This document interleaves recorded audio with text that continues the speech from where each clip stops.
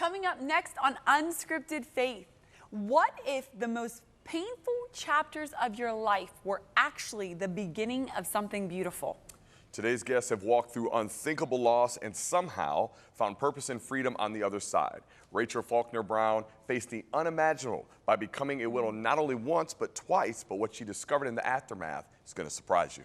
Plus, we'll introduce you to Becky Murray. As a student on a trip to Africa, she offered kindness to a little girl on the street, but what the child said in return completely shattered her and set her life on a whole new course. These stories are raw, real, and powerful, and you'll hear them next as Unscripted Faith gets started now. Here we go!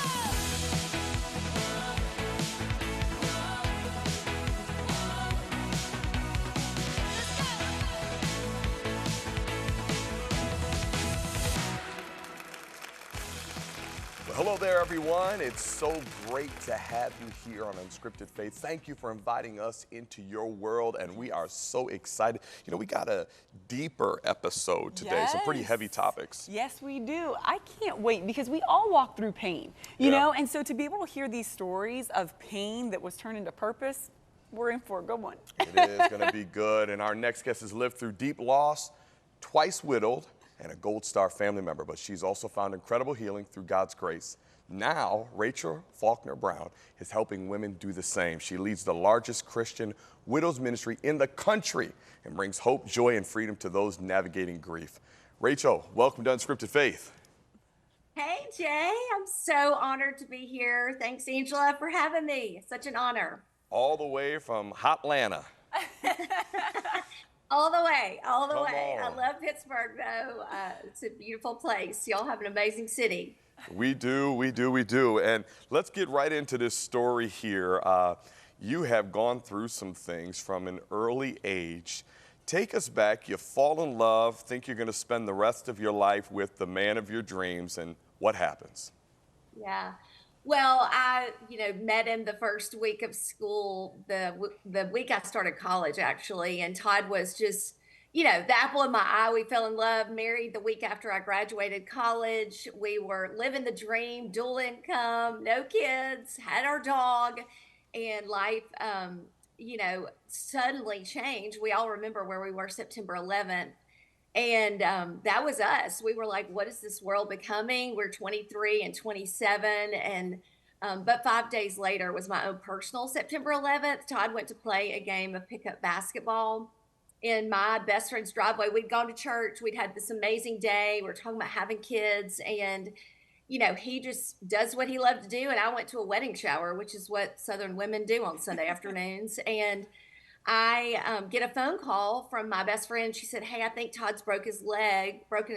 I need you to come. And I raced over there thinking it was a broken leg, and he had a massive aneurysm in my best friend's driveway. So I had no idea what that meant. I didn't know what happened at the time, but we raced to the ER, and they come out just like you see on the shows, and they said, Miss Faust, we did everything we could.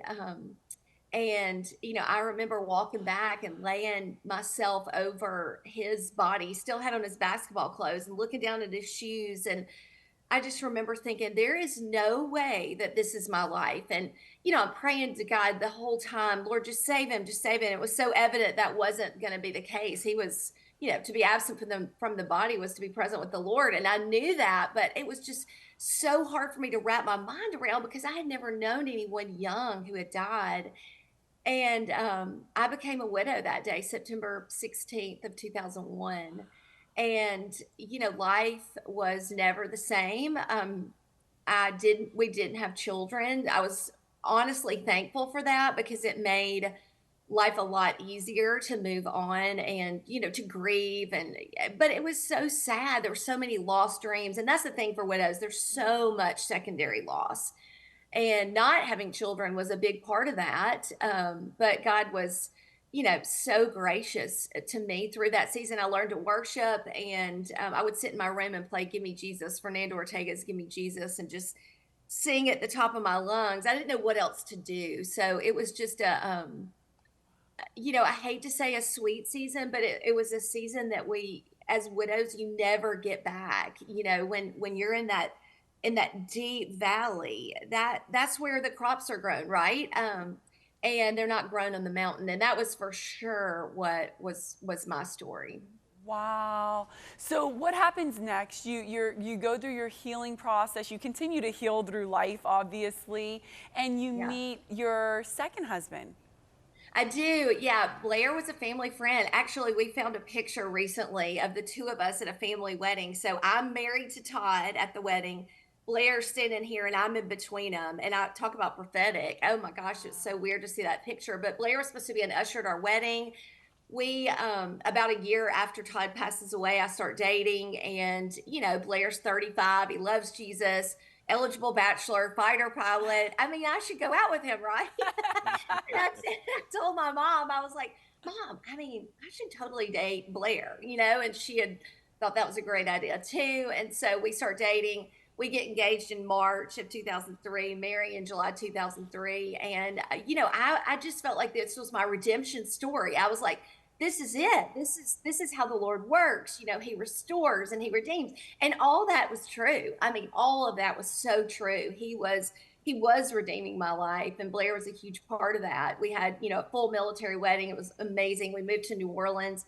He was dropping bombs every day. I was a pharmaceutical rep selling drugs. I mean, it was hilarious. I mean, honestly, like our life, we ate our way through New Orleans. We were just having a blast. And Hurricane Katrina came. I was pregnant with our first child. We ended up in Columbus, Mississippi after, driving around a lot. And we had our second baby. Campbell was born in Columbus, and Blair was just doing the thing. He was training the next generation of fighter pilots. And truly, I know we say living our best life, but there were hard moments. Obviously, you're raising little babies, and Davis was, the strong-willed child for sure. James Dobson wrote the book about him, but, I mean, I was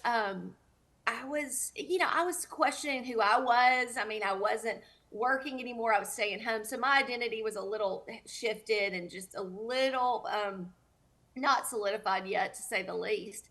And Blair was triple turning. So he was flying 3 times a day, and he went out on a beautiful day, April 23rd, actually, this month, 18 years ago. And kissed me that morning. He said, honey, I said, what do you want from Sam's Club? Because we didn't have a Sam's. And he said, I want dried mango and salmon. I said, I love you. We've got swimming lessons today. He kissed me. He flew one flight. He flew another flight at 12:30. And he and his student pilot, they took off. I had made Amish friendship bread the night before, and he was taxiing out and telling Matthew how much he loved Amish friendship bread, which was just hilarious. It was the sweetest, most innocent conversation. And Matthew's wife, actually, he's from Pennsylvania. His wife was 7 months pregnant with their first child, and they were just on a gorgeous day having a chat, just like two fighter pilots. And the cable in the wing, we could have never known, but that cable was broken. And so Blair and his student pilot, Matthew, took off and were killed instantly. They both ejected from the plane. It had a full tank of gas and exploded immediately. And I was left, widowed twice and dumbfounded, to say the least. I mean, Blair and I had joked, oh, it'll never happen to me again. I've already got my suffering card, but it did. It did. But this time I had 2 children. Rachel, most of the time when you hear in Christendom that somebody's been married 3 times, you turn their head. You're definitely the exception of what you've had to. Well, right. You've gone through this, but not of your own doing, not because of adultery. Just God has chosen you to bear that cross, to walk through that. What is the revelation that God has shown you through this process that had brought you through all of that to where your faith is still rooted in God? Yeah, Jay, I think the reality is life. I mean, we know the scripture, life's but a breath, but life is really a breath. And at the end of the day, everything we do is about the kingdom. And it's not why this happened to me. It's who did this happen for? And I always tell widows every single time, if you ask the question, why did this happen to me? And this is for anybody listening or hearing this. Like, if you keep asking the question, why do bad things happen? You will never walk in freedom. And at the end of the day, the question that I have constantly asked for the last few years is, who did this happen for? And I see it every day. And that has unlocked something in me. It's unlocked, Jesus was really clear. He didn't say, he was like, go and tell them about the kingdom. He really did. He was talking about the gospel, but he was like, it is about the kingdom. And really, at the end of the day, it's about people who need to hear that God is still good, even when your circumstances aren't good. And that is the bedrock of our faith. And if we don't have that as the bedrock of our faith, if you don't have that revelation, that would be what I would pray and ask God, help me understand your goodness, because he can't be anything but good. He can't be anything but good. And especially this week. I mean, it's Easter, right? It's like, if you don't believe that he can resurrect dreams and lives and bring purpose to hard things, then you haven't read the Easter story, right? I mean, because it was horrible. And on Saturday, most people live in Saturday. They don't see their resurrection. They see their Friday. They don't see their Sunday. And for me, it was like, I saw the Sunday. I saw the people on the other side. And yeah, it's just been amazing. Wow. What do you think was the key for you seeing the people on the other side and then taking that and saying, you know what, I'm going to be the difference in their life. What I had hoped I had, I'm going to provide for them. Yeah. I think the first widows retreat that we did with Never Alone Widows, we invited 20 random women from all over the country. And they just came and sat with us, and we prayed prophetically for them, and we gave them a one-on-one session with a therapist, like someone who did inner healing, who could introduce them to Jesus in their imagination. And for me, the key has been, really, I love cognitive behavioral therapy, but I think at the end of the day, if you don't have an encounter with Jesus, it's very difficult to have revelation, and it's very difficult to have intimacy. It's this big circle. It's encounter, revelation, intimacy, and it all goes together. And so providing spaces for encounter with Jesus has changed everything for me, and it's changed everything for the widows that we serve. They get to experience an encounter with Jesus. And let's be honest, most people going to church, they are not encountering Jesus. They're hearing a sermon and they're worshiping, but they're not intimately encountering and seeing Jesus in what Scripture calls your divine imagination and envisioning what he can do for us. And that's, I think, what I would say is the new invitation for people, because it changes everything when you see him. In our last minute together, give us a story of how your story has impacted somebody else that's gone through what you've gone through. Yeah.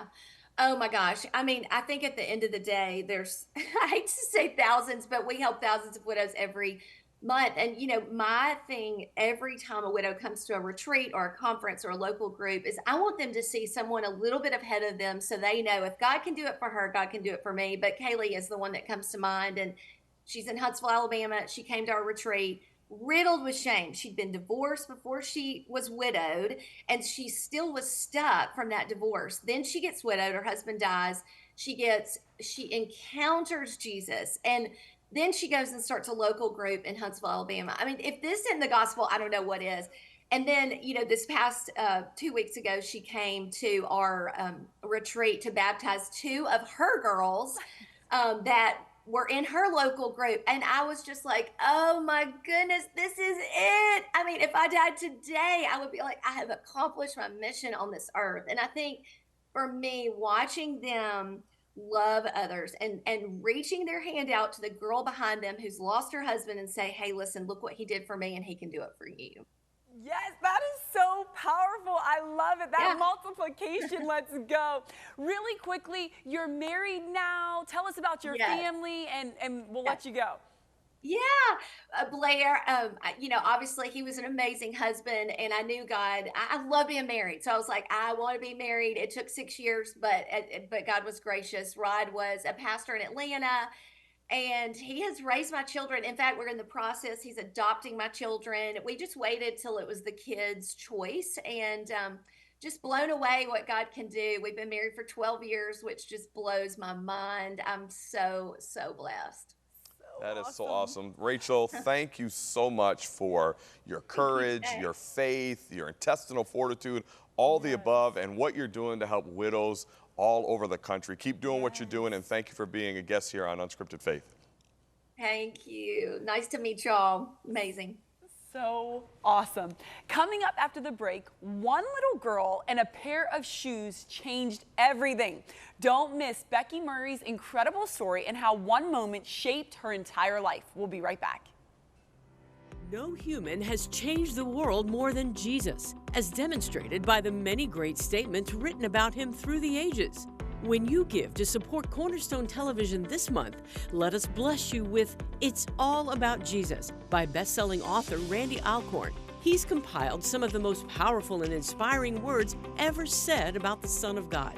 You'll find yourself spiritually enriched as you read profound and heartfelt observations about Jesus' character, life, names, and more. It's All About Jesus will give you a richer appreciation for who Jesus is and what he has done for you. Help you discover what it means to seek Jesus above all else. Increase your motivation to know Christ more intimately. Request your copy when you give by calling 888-665-4483 or donate online at ctvn.org/donate. Thank you for making us your home for Christian TV. Welcome back to Unscripted Faith. Our next guest turned a heartbreaking moment on the streets of Sierra Leone into a global mission of rescue and restoration.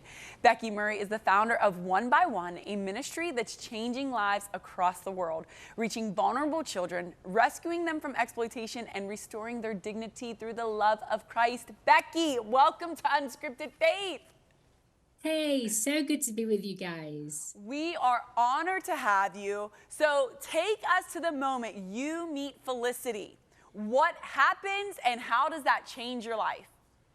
So I was a student at the time, and the global rule when you're a student is you're broke. So I'd spend every penny saving up just to go on this missions trip with my local church. And with me this particular day, I had the equivalent of 50 pence, so not even $1. And I noticed this little girl who was begging on the streets just to make it from day to day. And I noticed she had no shoes. And so it was the simplest of moments. I noticed she had no shoes, and I bought her a pair of flip-flops with my very feeble 50 pence. And then I said, you know, this evening we're doing this big evangelistic, come and hear all about Jesus. And so she approached me that evening. We were stood outside the hotel, and she ran towards me and she said, should I wait in the hotel? So I was like, no, we're literally leaving now. You can come and hear all about Jesus. And she said, yes, but shouldn't I wait in your bedroom? And I think if she'd have asked one of the men on the team, I would have maybe understood what she was asking. But for a 9-year-old girl to ask another young girl, I was in my early 20s, still a student, I literally couldn't process what she was asking. And so I asked her a third time what she meant. And sure enough, she thought that I'd spent 50 pence on her so that I could have sex with her. And I'd read about children selling their bodies in exchange for a bottle of Coke and crazy things. But I don't think anything can prepare you for the moment when a child looks you in the eyes and thinks you deserve their body for the sake of a pair of flip-flops. And I made my mind up right there in that simple moment. I was looking little Felicity in the eyes, but having a conversation with God. And the conversation was this: I'm all in. I'll give my life to this. Even if it's only ever to help one child, I'll give my whole life to this. Because no human should ever be bought or sold. But for the fact that a child could think it about 50 pence just completely wiped me. Becky, take us back to that moment again, though. If I'm there and I give a girl trying to preach the gospel in essence, you know, giving her money for shoes, she comes back and says, what was your response to her in that moment when she's saying this to you? I remember at the time saying to my friend, like, I'd like put my arm around her. I'd been kind towards her. And I remember thinking, am I giving her the wrong impression? Like, what on earth could make a little girl's mind go to that? Yeah. And my friend very wisely said, you need to keep showing her love, because she has to see there's a love that's pure, that doesn't want something in return, that only wants to bless her. And that night she got to hear the gospel and gave her life to Jesus that night. Come on. Now, what happened to Felicity? Yeah. So back then there was no one by one, there was no safe houses that I knew of. And so we just connected her with a local church, but I've never seen her. I went back a few years later and tried to find her, and sadly I was never able to see her again. But that little girl was the moment for me. She put a face to a global problem. And so now when you hear stats like there's 50 million people trapped in slavery today, and a quarter of that 50 million are children, sometimes when it's huge stats, it depersonalizes it. But for me, that's why we called the whole organization One by One, because Felicity was the first one. And I never want the lives that we have the honor of working with now to just be another number, another stat. It's a daughter, it's a son, it's a child. And so she personalized a huge global problem. You know, when you're talking about Felicity, was she involved in like a sex trafficking organization, or was it something that she was just on her own? Yeah, she'd been orphaned and abandoned, so she was just living on the streets, which is a common scenario. So when we very first started working in this space after meeting Felicity, that's why we set up a shelter for vulnerable children who are at risk of exploitation. And it was because of that I began to have mums approaching me asking for help because their kids were missing. And that's when I found out human trafficking was happening in the region where we were working. And that's what led me into the anti-slavery movement, I guess. Wasn't something I originally signed up for or thought I would do with my life. But after meeting several mums who've got missing kids, you can't look the other way. You have to do something about this. Wow. I mean, that is powerful. So you were a student, you're hearing these stories, you have this deeply impactful moment. What do you do next to set on course for your mission? Well, God took me on this beautiful journey. It didn't happen overnight. It was a 13-year period of God beginning to prepare me and build me, shape me. But we were given a plot of land over in Kenya where we started One by One's initial residential center there for vulnerable kids. And it was a result of that parents started to come in asking for help because their kids were missing. And so we started to do research in the local area to see, is this a rare thing or is this a pattern? Tragically found out that it's not rare. Kids are going missing regularly. And so we began to ask the questions of, well, is there a pattern to this? Is it a certain child? Is it a certain time of year? Like what age group? And the common denominator that kept arising was period poverty. That little girls who have started their monthly cycles can't go to school for that week of the month. Therefore, by the time she finishes elementary education, she's missed up to a quarter of her education. She's not even getting onto high school. And so traffickers were coming in at that moment with their wonderful job opportunities of come with me to the city, come be a cook, a cleaner, a nanny, a model, whatever line they thought would work. And then the girls were going willingly. And sadly, there's a lot of misconception around the world where if the girl is not kidnapped by force, some families think no crime has taken place because the girl has gone willingly. And so we're doing a lot of education around different parts of the world, teaching families and teaching teachers and students what is human trafficking and how do we combat this. And part of it is to give them reusable sanitary products that the girls can stay in school every week of the month. But also to equip them with knowledge about the tactics traffickers often use. And we started this project thinking it was just for our little rural village in the outbacks of Kenya. Little did we know what God would do. So what started to help 2 mums has now reached over 47,000 children across 11 countries. That is amazing. You know, my wife and I, we started a pregnancy center, and we just launched out kind of like you launched out. Obviously, your work is far more extensive than what we're doing in regards to location and all of that. But I found what's really unique is when you do what's on God's heart, how he just sovereignly begins to provide and open up doors and give you supernatural favor. In our last couple of minutes here that we have, how do you go about recruiting these girls that are in this situation? How do you get them? Because some, if they're in the sex trafficking, do you have to buy them back, or if they're on the streets, how do you guys go about it?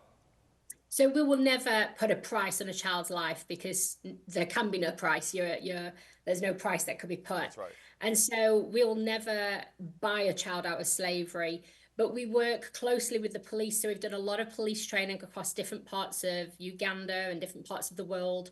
We also treat frontline medics of what to be aware of, because oftentimes someone trapped in slavery, the one time they see a professional is for a medical reason. And so we do a lot of training of how to spot the signs. And so we're currently at the moment building our first ever Mercy Centre, and that's because the police keep coming saying, we're now recognizing these victims of modern day slavery, but we've got nowhere to put them. They had one 6-year-old who'd been in sex trafficking for 2 years, a 6-year-old. She didn't even know the name of her family or the village where she came from. And so the police had to put her in a police cell because they had no safe place to put her in. And so we're now launching a Mercy Centre where these girls will move in with us. We'll show them love and give them the support and counselling and therapy to see them healed up before we then able to put them back into family-centred care again. I mean, remarkable work that you are doing. You are being the solution in so many lives, in so many ways. It is remarkable. We are so thankful for your ministry. We are so thankful for your continued yeses. And we are praying abundant blessings over you, abundant blessings. If people watching, they want to get involved, they want to give to this, to be able to change lives, where can they go? So the website is onebyone.org. So ONEBYONE.org. And then they can get involved however they want. They can pray for us, they can support us, they can come out and join us on a dignity trip, being part of the training for girls around the world. So lots of ways to get involved with us. Thank you, Jesus. Thank you so much, Becky, for being with us today. And again, blessings to you in all that you are doing. Thank you. After the break, we'll share some final thoughts and takeaways that you won't want to miss. Stay with us. Hey friends, life is full of questions about faith, purpose, relationships, and those tough moments where you just don't know what to do. But here is the good news. God has the answers. That's why on Unscripted Faith, we created the Ask Amy hotline. Just call 412-349-4332. Leave me a message with your question. Whether it's about trusting God, overcoming fear, finding direction, I want to hear what's on your heart. No filters, no judgment, just real talk about the things that matter most. And here is the best part. Your question can be featured right here on Unscripted Faith. So don't wait, pick up the phone, call me now. Let's have a conversation that could change everything. I cannot wait to hear from you. Ask Amy. We have had quite a time here on Unscripted Faith. You know, you think about what Rachel mentioned about how it's not what I've been through, but who is this for? Both of them had situations in their life that God has redeemed, and now it has a ministry that's touching thousands of lives. Yes, that our deepest and darkest pain is truly for His good. Let us seek whatever you're going through, whatever pain point you've experienced. Don't ask why, but ask who. Whose life can be impacted by what I've gone through? How can I be the change in their life? And when you do that, you'll watch and see God show up and His salvation come. Cornerstone Television wishes to thank all our faithful viewers whose consistent prayers and financial support have made this program possible.